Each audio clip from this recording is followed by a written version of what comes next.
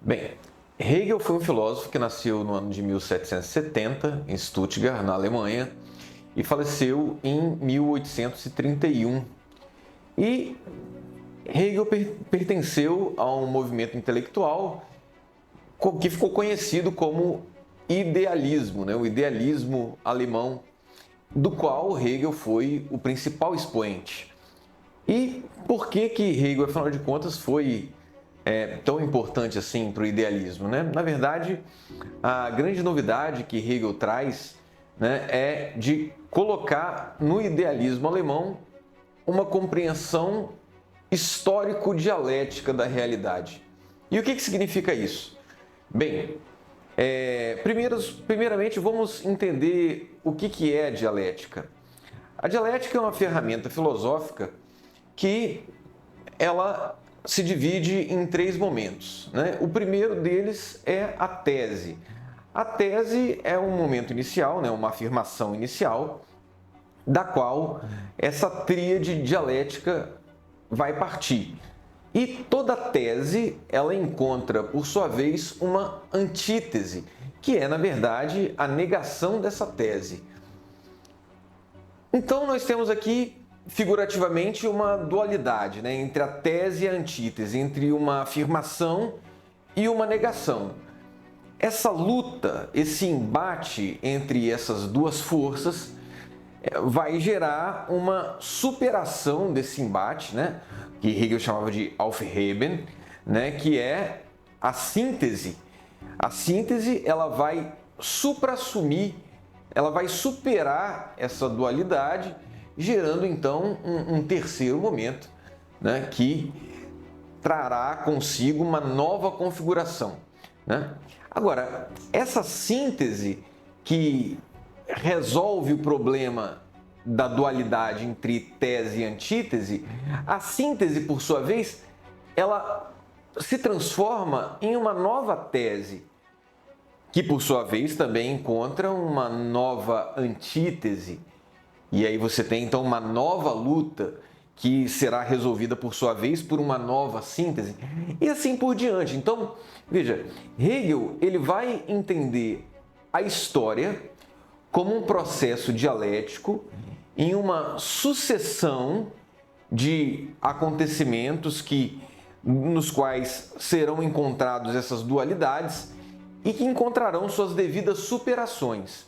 E essas superações, e esse processo dialético, ele é encontrado em uma série de âmbitos da vida humana, né?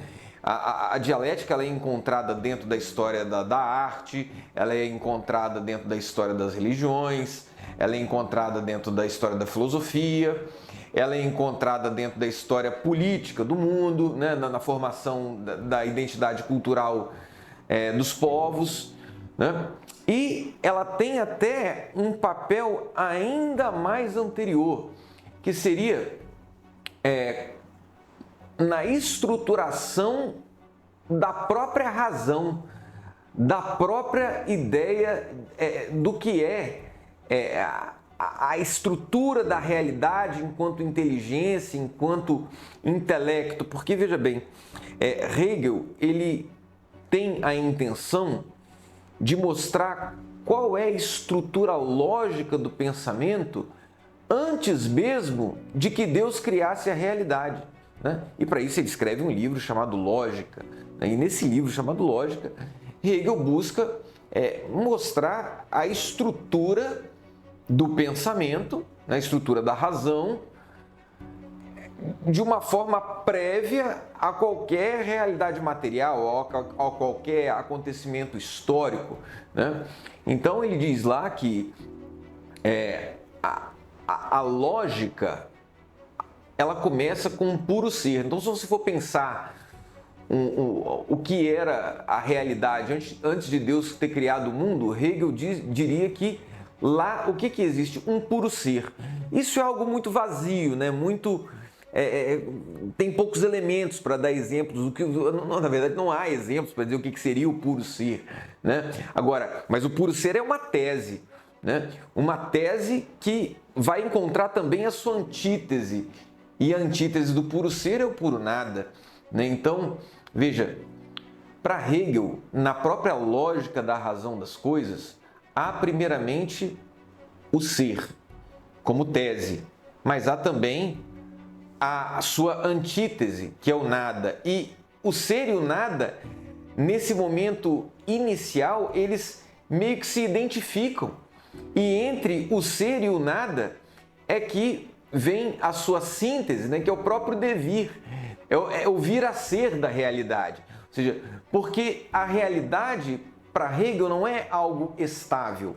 A realidade, ela é movimento, ela é transformação, né? Então, tudo está em movimento. Então, existe essa dualidade dialética e a solução dessa dualidade, que é a síntese do devir, nessa própria estrutura inicial, né, que vai mostrar algo que problemático já aí no início, né, que é a chamada identidade dos contrários, né? Para Hegel, os contrários, eles não são necessariamente contrários. Sim, eles são contrários, mas é um contrário que se soluciona, que se identifica, que se reconhece um no outro.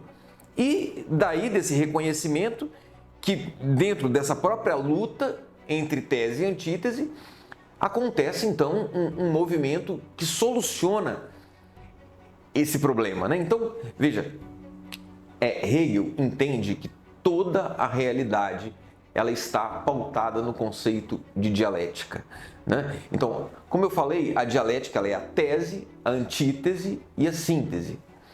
Acontece também que a antítese ela tem um papel muito importante, que é o chamado papel do negativo, né? Ou seja, a dialética ela jamais aconteceria se não tivesse o papel do negativo. Ou seja, o negativo é aquele que nega a tese, é aquele que traz uma contradição, né? E a contradição, a negação, ela se torna algo muito necessário para que nesse desdobramento aconteça então a síntese. Então veja bem, sempre que a gente estiver falando de dialética hegeliana, a gente vai estar falando do trabalho do negativo, né? Ou seja, e perceba que, e nós veremos isso depois, né, que dentro do pensamento marxista, né, que vai ser aí um sucessor do pensamento hegeliano, vai ser muito importante esse papel do negativo, né?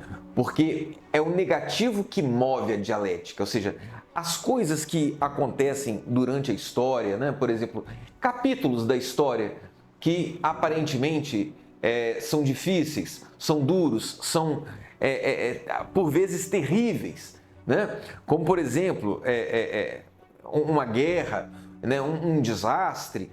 Eles não são em si mesmos negativos, eles são necessários, né? E é por conta dessa negação, é por conta dessa contrariedade, né, que essa dualidade entre tese e síntese, ela se torna um problema grave, né? É como se você esticasse a corda, né? E dessa tensão há uma necessidade da resolução do problema. Então, o negativo ele tem um papel fundamental para quê? Para fazer com que a tese ela encontre uma oposição forte, e daí então a gente encontre uma solução, uma síntese, né, que vai resolver esse problema aí. A dialética, entendida em sentido ontológico, ou seja, compreendida como parte essencial dos seres, se contrapõe necessariamente à estabilidade das essências. E assim confronta toda a metafísica, né? Ou seja, se tudo é devir, movimento, processo, etc., então não há nenhum espaço para permanência nas coisas. É desse modo que, para os hegelianos, para os marxistas, né, em muitos sentidos diversos, não se deve considerar as coisas a partir do ponto de vista da imutabilidade. Na verdade, o devir é situado como alicerce do pensamento deles, né? Para eles, tudo é processo de mudança. E assim a gente não deve considerar o animal, o homem, a civilização e tampouco a história como dotados de quaisquer aspectos de imutabilidade, né? Mas especificamente o devir não é limitado à aparência das coisas, ou compreendido como fragmento de sua realidade, mas é, antes de tudo, situado como parte constitutiva, substancial da realidade das coisas. Para Hegel, toda a história humana, né, todo o desenvolvimento da história humana, ele vai ser, portanto, um desenvolvimento dialético daquilo que Hegel chama de espírito absoluto, né? Bem, o que seria esse espírito para Hegel, né? Espírito aqui não quer dizer nada parecido com alma ou coisa desse tipo, né? O espírito seria a própria consciência humana que vai se desenrolando ao longo dos séculos, mas não somente a consciência humana na Terra, né? Mas o próprio Deus. Deus para Hegel não é um ser perfeito e acabado, né? Que está em alguma outra dimensão separada desse mundo, né? Vivendo lá em estado já acabado. Não, né? Deus também está em processo, e em processo de tomada da consciência de si mesmo, né? Da consciência de si. Então, veja, para Hegel, o mundo está evoluindo, tomando consciência de si, e Deus, ao mesmo tempo, também vai evoluindo, se desdobrando e tomando consciência de si também. Só que essas coisas, a consciência de si que o ser humano toma de si próprio, né? E a consciência que Deus toma de si, não são coisas desligadas ou separadas, né? Muito pelo contrário. É na medida que o ser humano vai evoluindo, ele vai fazendo com que essa imagem do Deus seja cada vez menos distante, cada vez mais próxima do ser humano, né? Portanto, é por isso que Hegel coloca como as religiões mais primitivas as religiões que adoravam o sol, né? As plantas, os animais, as religiões da natureza, né? Porque estão afastadas da consciência humana. Mas no desenrolar das coisas, Deus vai se tornando algo mais próximo do homem. Então, como por exemplo, no mundo egípcio, você já tem uma figura de divindade como a esfinge, por exemplo, né? Que ela é um corpo animal, mas tem uma cabeça humana, né? Ou seja, é a ideia de que Deus está se aproximando do homem, né? Ou melhor dizendo, né? Ou seja, que o homem está se aproximando de Deus e Deus se aproximando do homem. É uma via de mão dupla para Hegel, né?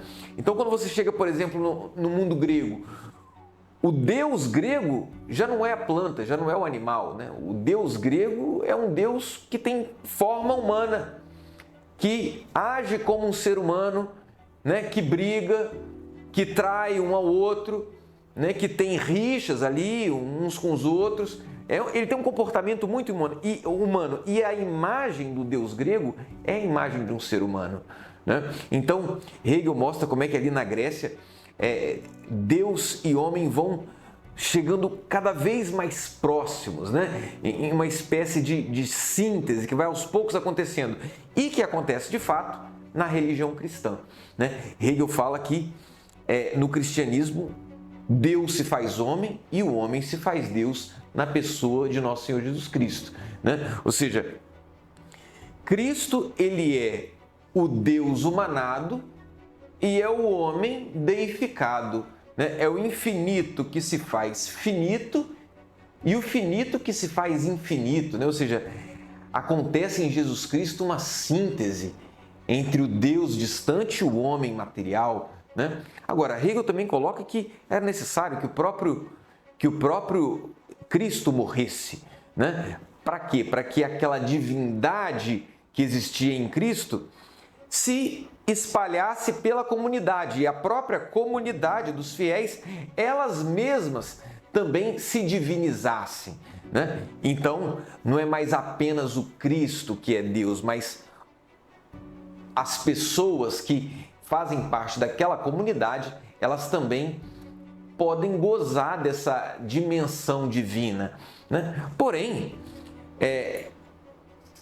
Isso até aqui parece que as coisas estão dentro de uma perspectiva ainda cristã, né? Nesse sentido do cristianismo, ou seja, Jesus é de fato o Deus que se fez homem, né? É de fato o homem que se fez Deus, né? Mas isso não quer dizer para nós cristãos que o homem é Deus, né? Que qualquer homem pode ser Deus, né? Mas é por onde Hegel vai caminhando, né? Ou seja, depois que Jesus morre, o ser humano ele tem a possibilidade de se divinizar, de se deificar, né? Acontece que em determinado momento da história, ou seja, quando você chega ali no período do Renascimento, né? Um período um pouco depois do período da Revolução Francesa, o que a consciência humana, no seu desdobrar dialético e histórico, o que ela entende? Ela entende que ela não precisa mais dessa representação religiosa para saber que ela é o todo da realidade. O ser humano ele não vai precisar mais se revestir de uma figura mística para se entender divino. Não, ele não precisa mais dessa representação religiosa. Ele pode deixar isso de lado e entender que enquanto homem de ciência, que enquanto homem culto, esclarecido, ele pode agora se saber senhor de toda a realidade, né? Porque, afinal de contas, esse é o movimento intelectual do iluminismo, né? Hegel não é exatamente um iluminista, ele já é um pós-iluminista, ele é um idealista, né? Mas o movimento do iluminismo, ele, afinal de contas, ele é um movimento que vai dizer o quê? Que quem é Deus? Quem que é Deus? Deus somos nós, né? E que Deus, na verdade, é uma invenção humana, né? A história das religiões, para Hegel, vai ser a história na qual esse divino vai se humanizando cada vez mais e também vai ser a história na qual o homem vai se divinizando cada vez mais, né? Até que você chega no momento em que o homem ele vai entender que quem coloca aquela figura divina é ele mesmo, né? E isso é a leitura que vai ser feita com muita clareza logo depois de Hegel.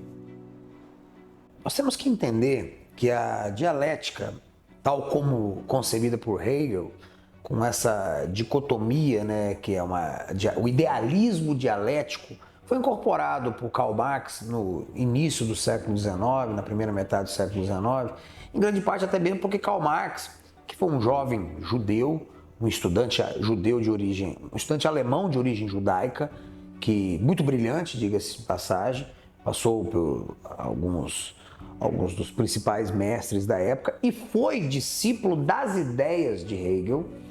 E como que isso é incorporado em Karl Marx? É importante que o que Marx pega da dialética é a noção de conflito. É essa dualidade que ele pega, a noção de uma oposição constante, violenta e que movimenta a história. Se Hegel havia estabelecido que o choque de ideias, tese e antítese, movimenta a história, o que Marx aproveita disso não é a questão das ideias, mas é a questão do conflito. E esse conflito permanente, embora ele tenha a ver com ideias, mas as ideias não são a base do pensamento dialético de Marx, porque Marx também teve influência de outros pensadores, como por exemplo o economista David Ricardo, né, e o socialismo, de certa forma, que já então se faz ver nas ideias dele. E aí Marx vai colocar o quê? Essa dialética vai ser incorporada ao materialismo. E aí que surge o materialismo dialético. Em Karl Marx, as oposições não vão ser mais de ideias, vão ser ou de classes ou de sistemas de produção, mas de qualquer forma, o que constrói a estrutura da sociedade, que é a economia, sobre a qual se forma a superestrutura, que é todo o resto, e aí entra política, filosofia, artes, cultura, esse miolo de estrutura, ele se baseia no conflito. Ele se baseia na constante oposição, não é? E isso então vai ser levado para a luta de classes. A luta de classes é o motor da história. Então se trata mais de uma tese antiga ser enfrentada por uma antítese no campo das ideias. A tese agora é uma classe dominante que domina e é desafiada por uma classe antítese, né? Que surge, que toma consciência de seu poder, de seu papel como classe, enfrenta essa outra classe e num processo ora mais evolucionário, ora mais revolucionário, isso quer dizer o quê? Ora mais lento, pausado, ora mais abrupto, porque a revolução é a mudança abrupta, essa classe vai superar a classe anterior e nós vamos ter uma transformação de toda a estrutura, que é a economia, que vai gerar uma mudança em toda a superestrutura, que é todo o resto. É a cultura, é a religião e tudo mais. Basicamente é isso.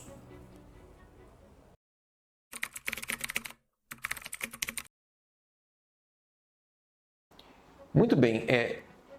Logo depois que Hegel faleceu, em 1831, o pensamento hegeliano ele acabou sendo dividido em duas frentes.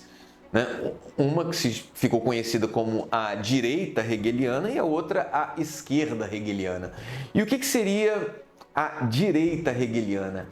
Bem, a direita hegeliana ela seria uma continuação do pensamento de Hegel, né? Sustentado aí pelos seus discípulos, pelos seus alunos, né? Que mantinha uma visão dialética da história, né? Porém, conservando, né, esses conceitos hegelianos. Por exemplo, que dentro da filosofia de Hegel existe o conceito de Deus. Né? Porque para Hegel, Deus ele está se desenrolando, né? Tomando consciência de si ao longo da história. Né? E os hegelianos de direita, né, mantinham essa concepção, essa ideia de um desenvolvimento dialético também de Deus, né?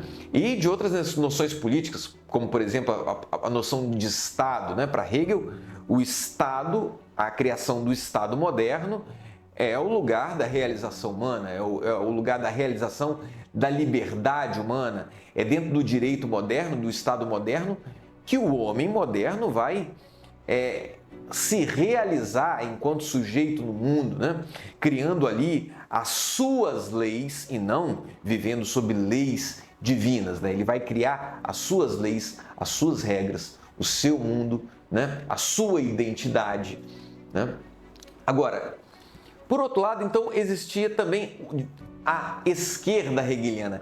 Quem era a esquerda hegeliana? Eram aqueles alunos de Hegel que resolveram fazer uma leitura mais materialista da filosofia hegeliana. Né? Por quê? Porque eles começaram a entender que, no fundo, né, a filosofia de Hegel mostrava que Deus e todos os conceitos metafísicos eles dependiam fundamentalmente do homem. Né? E o ser humano era o criador, né? O demiurgo de toda a realidade. Né? Nada estaria fora da criação humana. Bem, e foi daí que surgiu o filósofo Karl Marx, de dentro da esquerda hegeliana. Então, se Hegel entendeu o processo histórico como dialético, Karl Marx também vai entender o processo histórico como dialético. A diferença é que Hegel fazia uma dialética histórica idealista. Ele entendia que as ideias é que estavam no comando da realidade e, a partir das ideias, se montava um mundo físico e material como consequência dessas ideias. Mas, em primeiro plano, né, quem está no comando da realidade são as ideias. Marx vai inverter essa lógica.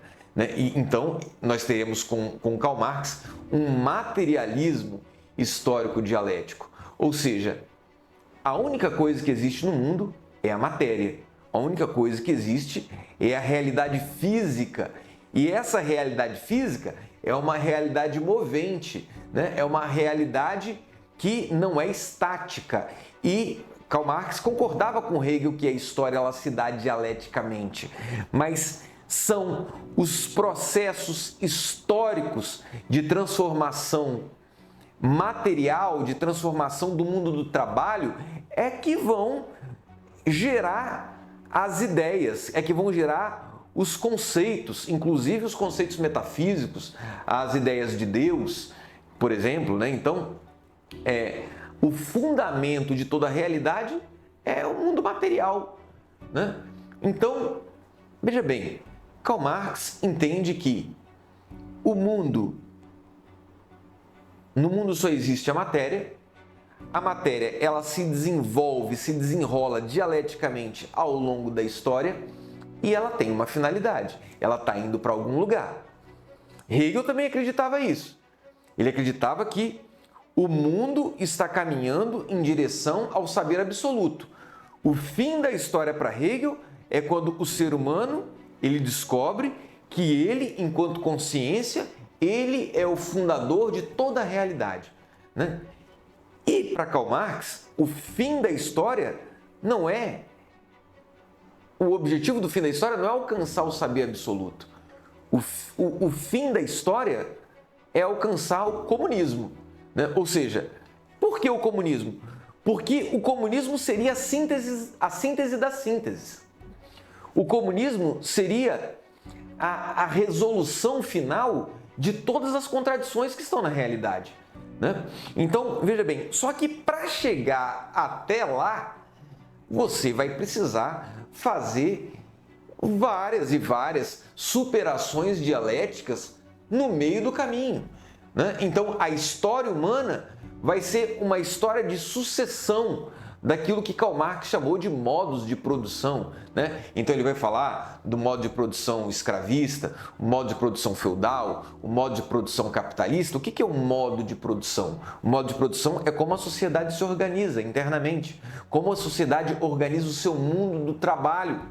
E dentro de cada modo de produção você tem aquilo que é a luta de classe, né? Ou seja, você tem duas classes diferentes em todos os modos de produção, é a tese e a antítese.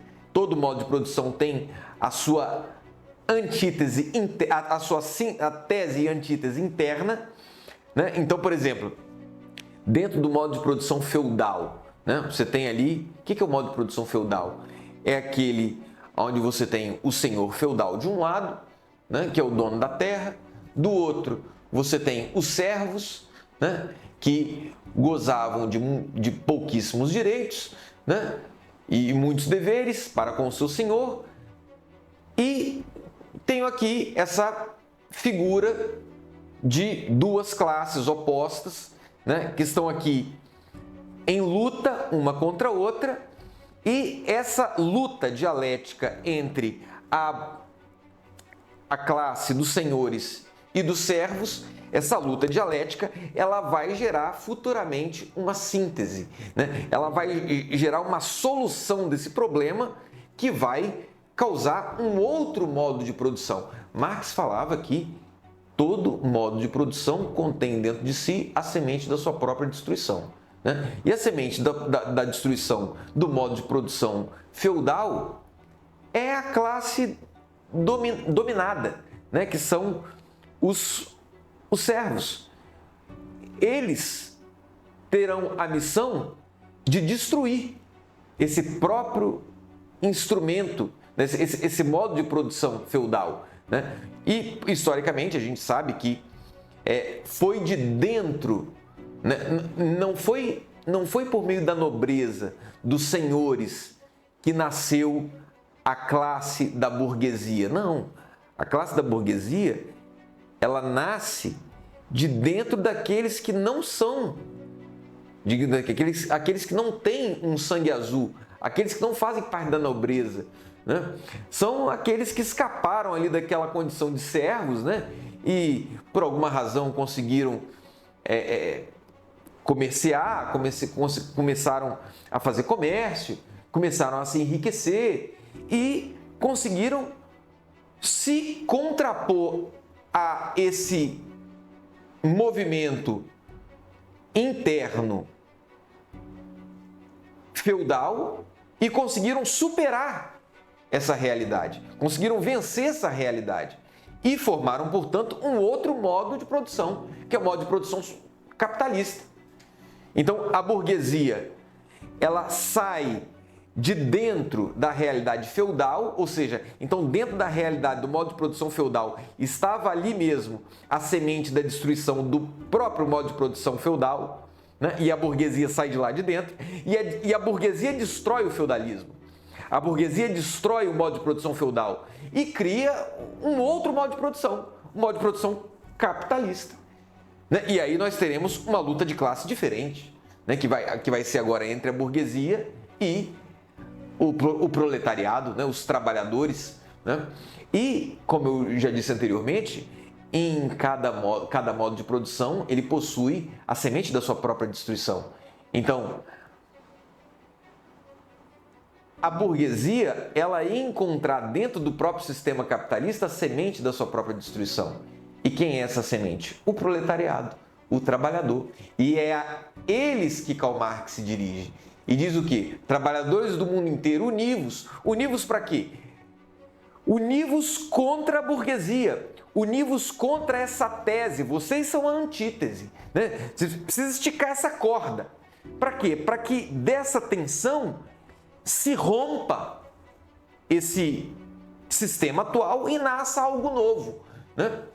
Agora, isso não vai acontecer sem a praxis, né? A praxis marxista, né? Ou seja, isso não vai acontecer sem que aconteça o que o próprio Karl Marx ensinou, né? O próprio Marx ensinou o quê? Que o objetivo dos filósofos não é mais ficar pensando o mundo, não é mais ficar raciocinando sobre a realidade, criando sistemas filosóficos. O objetivo é transformar a realidade, é mudar a realidade, né? E como é que se faz isso? Se faz isso por meio do trabalho do negativo, se faz isso por meio do papel da antítese, ou seja, isso é a atuação revolucionária. A atuação revolucionária, ela depende em primeiro grau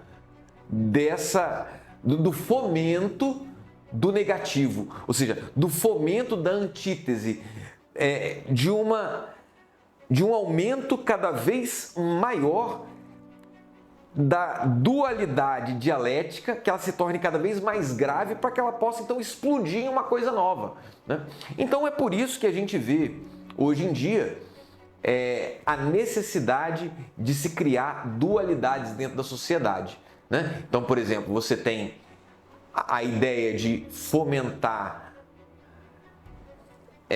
uma dualidade entre brancos e negros, né? Ou seja, vamos mostrar aos negros que eles estão em prejuízo em comparação aos brancos. Então, eles precisam cobrar os seus direitos, eles precisam lutar por isso, ou seja, esticar essa corda cada vez mais, né? Para que daí venha a nascer algo novo, né? Então você coloca branco contra negro, coloca mulher contra homem, homossexual contra heterossexual, né? E daí vai, a gente vai. As dualidades são muitas, né? E elas vão sendo fomentadas dentro da realidade, né? Com a intenção de dividir a sociedade, fazer com que você tenha dois lados opostos que não se suportam e que estão em luta. E o marxista, ele crê que dessa luta, desse combate, automaticamente vai vir algo novo, vai vir algo reformador, né? E isso era basicamente aquilo que Hegel também acreditava, né? Que por meio das lutas dialéticas, né, vai sempre surgir algo novo. Marx conserva esse conceito, só que ele conserva esse conceito dentro do materialismo histórico dialético, né? Ou seja, uma concepção materialista da realidade, né, onde um trabalho dialético está acontecendo não porque é um desenvolvimento do espírito, não, porque é a própria construção da consciência humana, é a própria construção da humanidade que para Karl Marx vai desembocar necessariamente no comunismo, que seria a síntese das sínteses, né? Ou seja, e Deus no meio disso tudo, a religião no meio disso tudo, é só uma ilusão para Karl Marx. É só uma ilusão, né? Ou seja, Deus não existe, né? Não existe nada para além desse mundo físico e material, né? Ou seja, a história do ser humano então é uma história de autocriação. E uma história de autocriação desde o nada, né? Porque se não há Deus, se não foi Deus que criou o mundo veio do quê? Veio do nada. Isso pode parecer absurdo, mas na lógica hegeliana já havia essa semente, né, de compreensão, né, de que se você faz uma estrutura da razão, do pensamento, antes da criação do mundo, lá você vai encontrar o puro ser e o puro nada. E o puro ser e o puro nada se identificam. E daí vem o devir, e daí vem a transformação, e daí vem a mudança. E tudo no mundo é mudança, tudo no mundo é transformação, né? E então isso é a realidade. A realidade é movimento, a realidade é transformação, é autocriação desde o nada, né? Aonde a única coisa que importa são as relações de produção humana, né? Olha, veja bem, dentro do materialismo de Karl Marx, não existe céu, não existe inferno, né? Não existe nenhuma teologia da salvação, né? Ou seja, o que o ser humano precisa é de barriga cheia, é de casa para morar, é de satisfazer as suas necessidades enquanto ser material, enquanto ser físico. É claro que o ser humano se aproxima muito de um mero animal, né? Dessa forma, ou seja, alguém que você precisa satisfazer nas suas necessidades empíricas, físicas. Ele precisa ter comida, ele precisa ter casa, né? Ele precisa ter as condições materiais de vida, né? Agora, para que você, então, permita que o homem alcance tudo isso, o que você pode fazer? Você pode fazer o que você quiser, né? Você pode e deve fazer a revolução, as revoluções que vão resolvendo essas lutas, essas dualidades, e que vão colocando o ser humano em um outro patamar. Então, veja só, por isso que Karl Marx ele não tem ética. Karl Marx ele é aético, né? Ou seja, bem e mal são coisas que são simplesmente inventadas pelo ser humano, né? Ou seja, não é errado, não é antiético durante um processo revolucionário você cometer um crime, por exemplo, né, para que esse processo revolucionário de fato se efetive, aconteça, traga os seus frutos. Não é crime você cometer atrocidades contra o próximo ou contra quem quer que seja. Marx não escreve exatamente isso, mas isso está muito claro. Isso está muito claro, né? Porque é um mundo que não tem Deus, que não tem parâmetro, que não tem uma lógica estruturada, uma lógica metafísica, uma realidade metafísica para compor aquilo que é certo e aquilo que é errado. O objetivo é alcançar o comunismo. E para alcançar o comunismo vale qualquer coisa. E não está errado, não tem nada que, nenhum tipo de ação que você vá fazer para alcançar esse objetivo final, que você possa julgar isso daí como uma coisa imprópria. Por que impróprio? Quem disse que é impróprio? Quem cria o bem e o mal é quem? Não somos nós? Quem cria a lei é quem? Não somos nós? Se somos nós que criamos o que é o bem e o mal, certo e errado, aquilo que é lei, aquilo que não é, a gente muda, a gente inverte, a gente faz de novo. O que interessa são as nossas necessidades, os interesses humanos, né? E é, obviamente, com isso que o materialismo está preocupado. Então, quando você transmuta isso para a história, para a luta de classe, o que você vai ter? Karl Marx vai dizer que todo o sistema econômico, todo o modo de produção, essa é a palavra que ele usa, ele sempre vai ter uma classe dominante e uma série de classes exploradas, não uma só, várias. É até um erro muito comum que as pessoas pensam que a antítese se dá entre a classe dominante e a classe explorada. Não é isso que Karl Marx diz. Porque se fosse assim, então, por exemplo, os escravos da Roma Antiga teriam derrotado os senhores. Não, Karl Marx era mais sofisticado do que isso. O marxismo é mais sofisticado que isso. A antítese se dá quando a classe superior é desafiada não necessariamente pela classe mais pobre ou mais subjugada, mas pela classe inferior que adquire consciência de seu papel histórico. Aí sim ela se torna antítese, ela passa a explorar as contradições do sistema contra a classe dominante. Por exemplo, a burguesia. A burguesia ela vai surgir nesse processo não necessariamente porque ela era a classe mais explorada dentro do feudalismo. Os próprios marxistas vão dizer que a classe mais explorada no marxismo, no antigo feudalismo, eram os servos.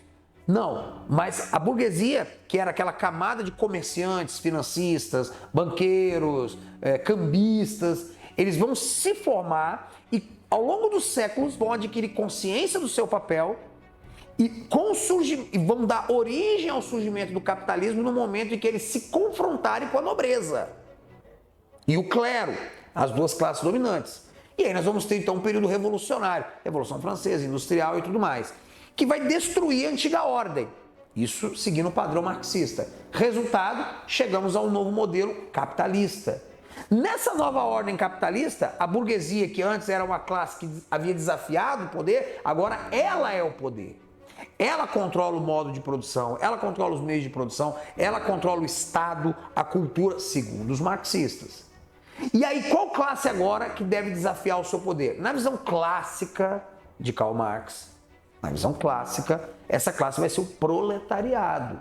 Vai ser a classe de trabalhadores assalariados, que são explorados, que tem o seu excedente de trabalho absorvido pela burguesia via o processo de mais-valia, não é? E que com isso engrossam o capital, por isso que é capitalismo. Por que a economia é capitalista? Porque é uma economia que se baseia no aumento do capital da burguesia que ocorre graças à exploração da mão de obra do proletariado.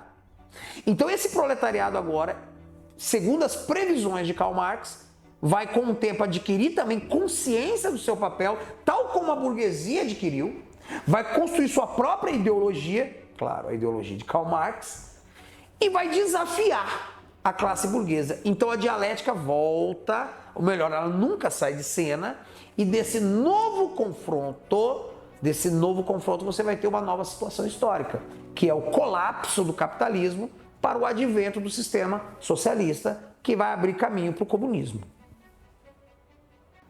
Então, nesse contexto, a emergência de cada vez mais confrontos, né, no tecido da sociedade também não é o único dano que essas teorias oferecem, né, para a sociedade.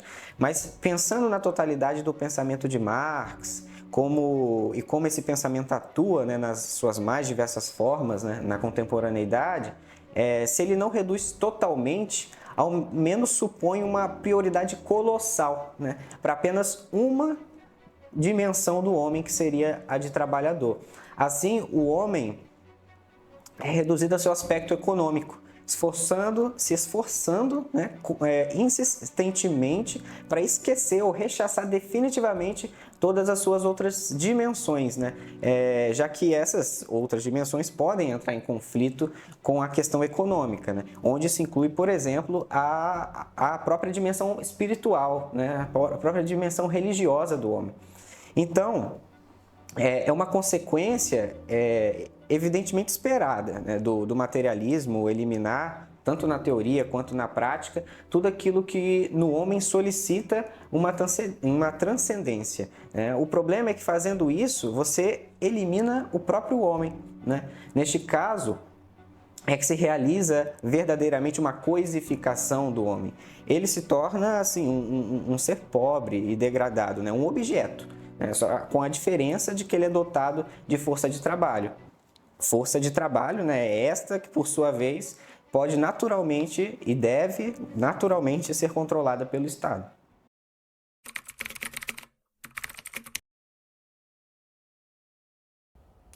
Bom, é possível identificar Diria até que, infelizmente, a política atual está banhada disso.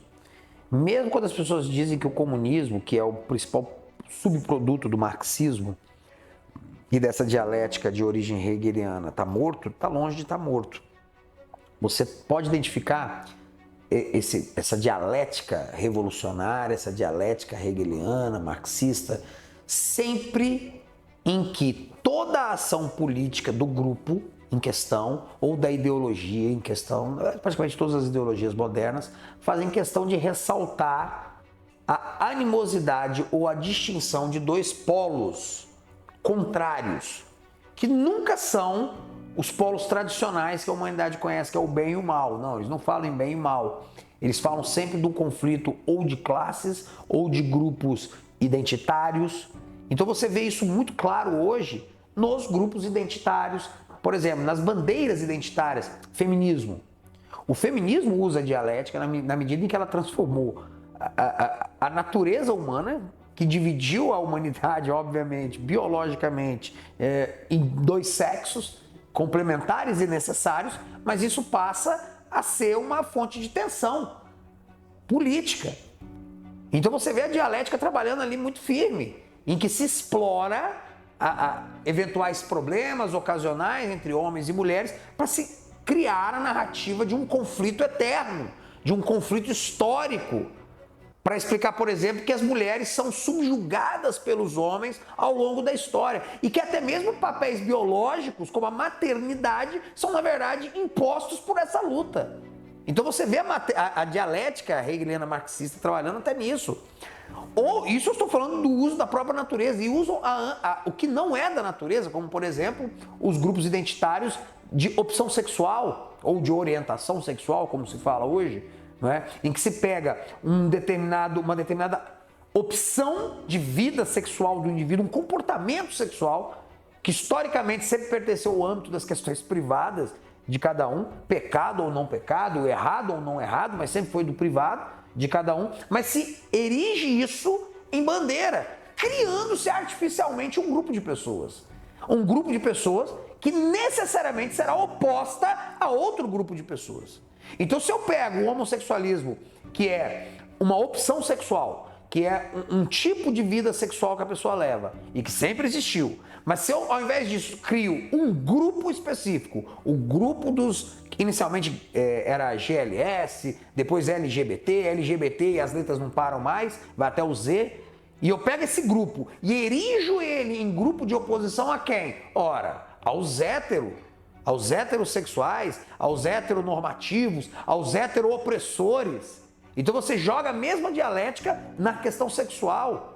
Você faz a mesma oposição entre adolescentes e adultos. Então esse culto desordenado à juventude moderna, que começa a partir das ideias de Frankfurt, né, a escola de Frankfurt, o marxismo cultural, e vai explodir na revolução sexual dos anos 60.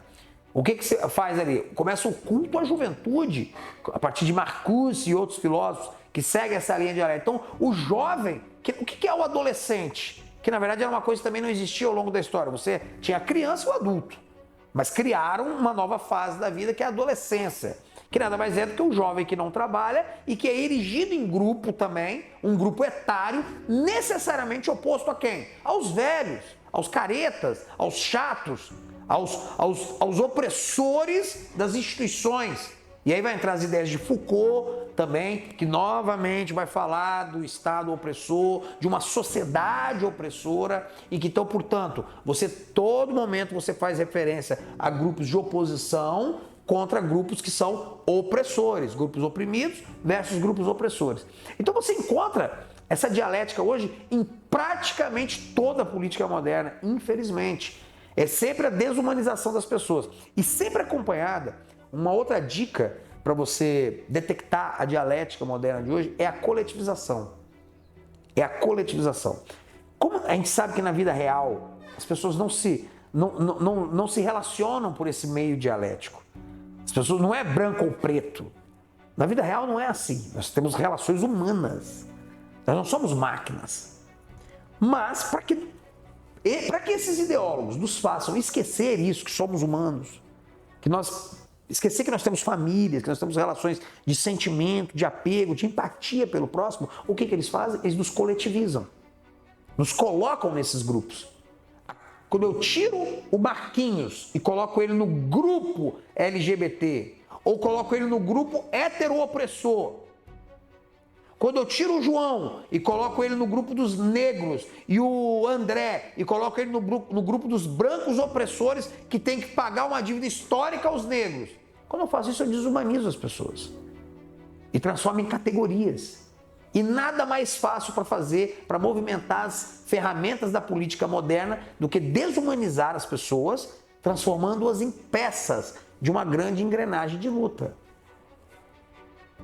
Há ainda algumas discussões a respeito da presença do materialismo dialético no contexto do pensamento marxiano. Mas o que nos interessa aqui é considerar que muitos marxistas o tomaram como ponto de partida. Assim, eles estabeleceram uma relação essencial, né, entre o materialismo dialético e o materialismo histórico. Mas o problema que resulta para ambos os casos, com distinção teórica ou não, é o mesmo. Em outras palavras, na prática, percebemos que a relação dialética não é concebida exclusivamente como um diagnóstico, né? Ou seja, com uma constatação de que há contradições presentes na estrutura básica da realidade, mas também é um prognóstico ou ainda um instrumento, né? É dessa forma que a dialética, mais especificamente no caso do materialismo histórico, se realiza enquanto um sistema teórico-prático de ação revolucionária, né? O que significa dizer que a concepção da dialética não se limita a uma certa perspectiva da realidade baseada na unidade das contradições, identificando tese, antítese, síntese, enquanto presente nos seres e em suas relações e suas mais diversas relações. Mas ela ultrapassa isso, né? Se torna uma ferramenta à disposição do homem para revolucionar a sociedade. E dessa forma, se torna muito comum, por exemplo, ver os grupos políticos e sociais adeptos a essas ideologias, particularmente os grupos identitários, tensionando cada vez mais as oposições presentes na sociedade, gerando novas divisões entre as pessoas e camadas da sociedade, a fim de chegar a algo novo, a algo bom com isso, né? Dessa maneira, resulta que muitas vezes esses grupos, né, não se promovem pela suposta justiça contida nas suas pautas sociais, né, sobre as quais não me cabe aqui fazer um juízo ou discutir nesse momento. Mas eles selecionam entre as pessoas, entre, digamos assim, os seus oponentes, ou entre eles mesmos até, eles fazem uma seleção de bodes expiatórios, né, e causando com isso um grande escândalo, né, conflitos que mais se parecem com um grande espetáculo, na esperança de que disso resulte algo necessariamente melhor, que ocorra um progresso, né? Mas infelizmente a gente sabe que em termos práticos esse modus operandi causa sérios danos à sociedade e à unidade pretendida de uma nação. Por isso, o padre Julio Menvielli define o materialismo histórico como um explosivo, né, que se joga em qualquer sociedade e ali explode rasgando, né, todas as conformações psicossociais, né? Mas não poderia ser de outra forma, né? Porque não se trata de uma mera teoria contemplativa, mas de um fator de transformação da realidade, o que fica evidente pela própria convocação de Marx, né, para que os filósofos passem a mudar o mundo, né, em vez de apenas interpretá-lo.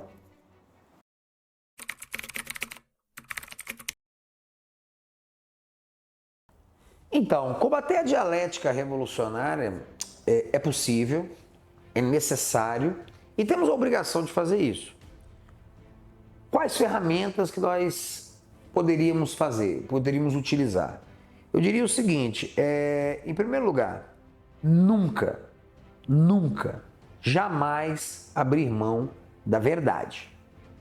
A verdade, veritas, a verdade é fundamental, porque aquilo que está na Bíblia, que a verdade liberta, e a filosofia clássica dizia, é verdade. Contra a mentira, contra as falácias da dialética, apenas a verdade proclamada, não pode ser murmurada, tem que ser proclamada, é que pode ter uma chance de vitória. Então é muito importante isso. Contra o discurso da luta de classes, por exemplo, do proletariado contra a burguesia, que é um discurso que em grande parte já caiu por terra, né? Porque você tem que proclamar a verdade de que o trabalhador é digno do seu salário, mas que o burguês é dono da sua propriedade e que ambos são necessários. Contra a falácia de que as mulheres são historicamente oprimidas, é preciso proclamar a verdade que os papéis masculino e feminino são diferentes, de que, mesmo quando se fala de números atuais, existe manipulação dos dados, né? Geralmente para beneficiar determinadas narrativas. E isso é difícil, porque as pessoas, para proclamar a verdade, elas têm medo. Ainda mais hoje, que vivemos a ditadura do politicamente correto. Mas, se não fizermos isso, não tem jeito. A verdade é o primeiro ponto, proclamar a verdade. Mas para proclamar a verdade, temos que ter coerência. Eu diria que é um segundo ponto. Não me adianta proclamar a verdade sem viver essa verdade. Aquele que se coloca como proclamador da verdade, seja no campo acadêmico, seja no campo espiritual, seja no campo político, e que não viva minimamente os princípios da verdade que ele está proclamando, ele vai ser presa fácil dos dialéticos. Por quê? As pessoas que vivem a dialética, que vivem do conflito, vivem de explorar as fraquezas do outro, de explorar as suas fragilidades, as fragilidades do seu discurso, transformando-as em narrativas com você, contra você. Então não adianta você ser um portador da verdade, um proclamador da verdade e não ser minimamente coerente com a verdade que você diz. Não adianta você proclamar Deus, pátria, família, como está aí por aí as pessoas, e viver uma vida impura. Entendeu? Você vai estar servindo de escândalo para os ideólogos da dialética. Mostrarem que o que você está fazendo é o que eles já fazem, que é usar como ferramenta. Eles vão acusar de que você está usando a sua verdade, que na verdade não é verdade, é apenas uma ideologia como a deles. Eles vão desqualificar a verdade que você porta. Então é importante a coerência. Um terceiro ponto que eu destaco como fundamental no combate à dialética revolucionária e isso eu acho que a gente não deve nunca abrir mão desse ponto, é o confronto. Confronto. Como assim? Mas não é o que eles já fazem?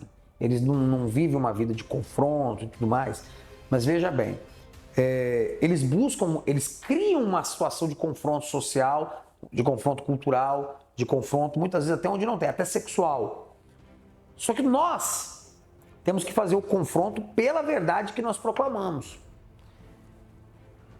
Não adianta, e até eu vou ser bem radical no que eu vou dizer, eles acreditam na dialética das forças sociais, das ideias, das classes que lutam. Nós não acreditamos na dialética, mas nós acreditamos no bem. Nós acreditamos no bem. Não é isso? Esse bem é uma luz. Essa luz precisa iluminar todos os cantos escuros. Não dizia Santo Agostinho que a maldade, que o mal é a ausência do bem, assim como a escuridão é a ausência da luz? O confronto que eu digo que nós, portadores da verdade, precisamos ter é de nunca, jamais arredarmos pé. Quando, por exemplo, os dialéticos do feminismo ou do movimento eugenista vêm advogar o aborto,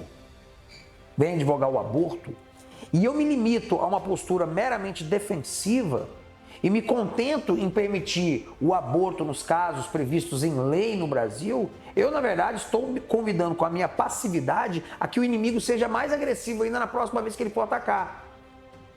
Eu deveria estar proclamando de forma agressiva até a minha verdade, a nossa verdade, a verdade de que o aborto é algo diabólico em qualquer situação.